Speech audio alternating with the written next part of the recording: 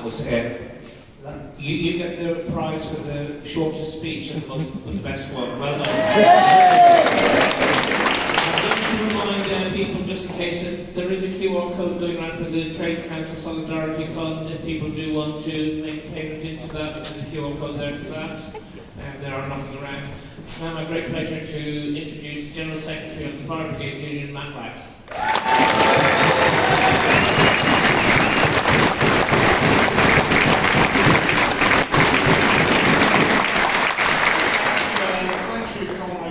First of all, I want to say what a privilege it is to be here. What a fantastic event here in Oxford. I think you should be extremely proud of yourselves for organising it. A fantastic march, a fantastic rally in a great venue. And I've got to say, it's a privilege to be on a platform with such fantastic speakers, so thanks very much.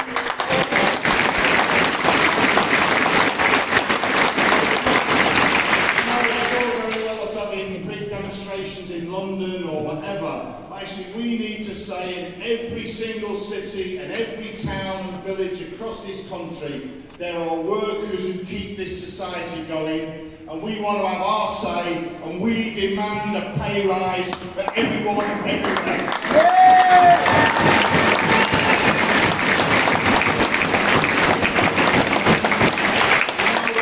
When we on the demonstration, as we walked in, there was a group of comrades, I think, here singing a song.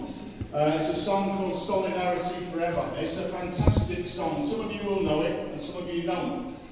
If you haven't looked at the words of it, I would urge you to go and Google it and look on Wikipedia or whatever and see the lyrics. It's a song that was written 110 years ago by a man called Ralph Chaplin. And Ralph Chaplin was a member of the Industrial Workers of the World, an American union, known as the Wobblies. And they recognised that they were also in the fight of their lives. And they said, yeah, actually we organised migrant workers. They organised strikes of people who spoke dozens and dozens of different languages. People who were traditional unions wouldn't touch sometimes because they weren't skilled enough. And the Wobbly said, we don't care about any of that. If you're a worker, you're on our side. If you're prepared to fight, you can join our union. That's the sort of message we need to think of today.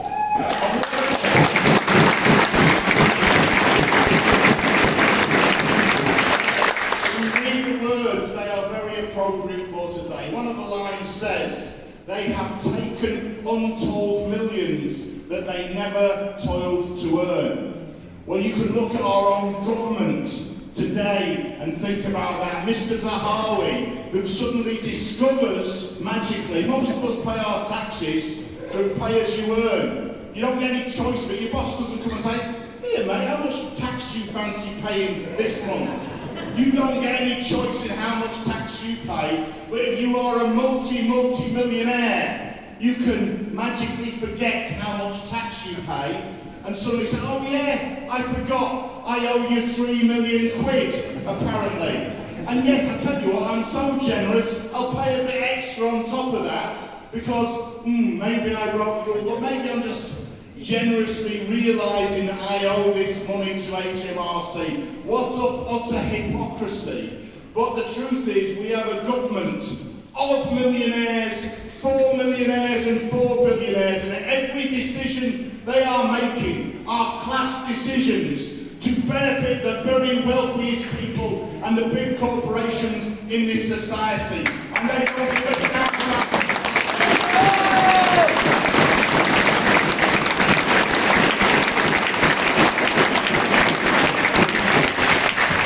And several of the speakers have picked up on this point.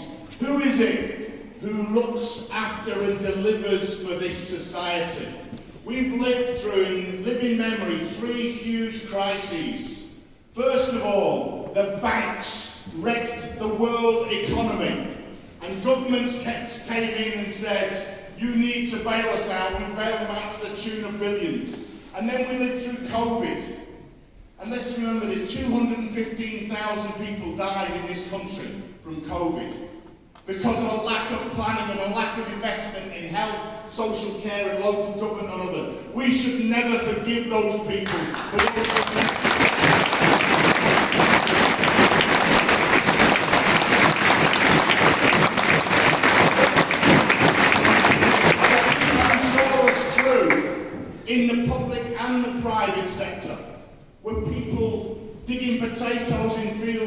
poverty wages, often migrant workers, or driving trains or lorries to get food to supermarkets, or people working on low pay in our supermarkets, or people in our public services required to go into work. And you saw that this society needs people like that, but we don't really need the people in the boardrooms clicking billions of dollars money around every day of the week to make as much profit as they can. We don't actually need them. But we do need them.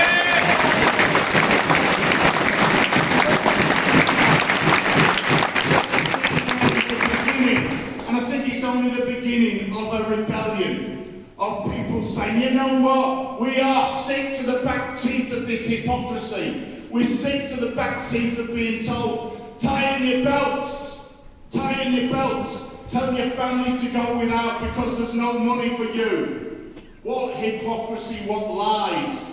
And that's why you're seeing all these people here and all the tens of thousands, hundreds of thousands of people who they represent taking action, because we all need a pay rise and we all need to stand together to deliver that pay rise.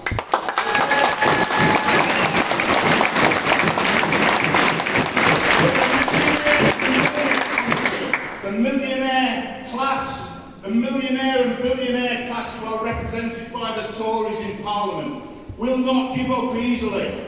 Don't underestimate these people. They run this country and they will fight tooth and nail to protect their interests. And that's why they're bringing in new laws. You think about it, halfway through the game, they change the rules of the game. And what hypocrisy for those of us covered by those new minimum service level bill. They lecture us in the fire service about standards. Let's be clear, there are no national standards in the fire and rescue service anymore. Sadly, they were scrapped actually by Labour, disgracefully. There are no standards in the fire and rescue service. They've got rid of 12,000 firefighter jobs in 12 years. They've closed 50 fire stations in 12 years. They've got rid of 200 fire engines in 12 years. And they lecture us about minimum service levels. What utter lies and hypocrisy. And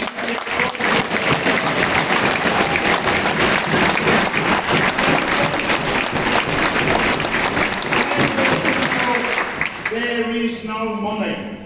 Well, there's money for Mr. Zahawi to dodge his taxes, isn't there? And there's money for others to spend a lot of money to avoid paying millions and indeed billions of pounds in unpaid taxes. There is money there when it's necessary. There is money there. Just a few weeks ago, I think it was the last Prime Minister we had. We've had so many. But their budget handed out £45 billion to the richest in this society. They found money then. And then when it caused utter chaos in the economy, the Bank of England, they wheeled in and they found £60 billion in a matter of days to prop up the economy and the bond market. So don't let them tell you there is no money. There are billions and billions and billions of pounds of resources. But, and it comes back to that song, the power is in the wrong hands, because they will look after themselves and they will not look after us. But in that song it also says some very powerful lines. Without our brain and muscle, not a single wheel can turn. Because as just been said, without the working class of this society, nothing moves, nothing's produced, nothing is delivered. And the big failing we have is that we don't actually realise how powerful we are or how powerful we could be. And this rebellion that we're seeing among working class people is just a little sign, a little signal of what could be possible if we just realise how important, how strong we really are, if only we but realise it. So let's stand together. Let's stand together on everyone's picket line. Don't worry about what the law says. Yeah. Don't worry about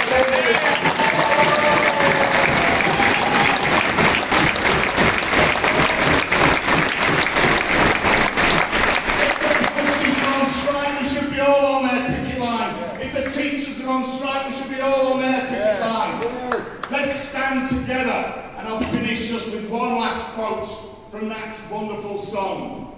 Because let's not just be content with one pay rise.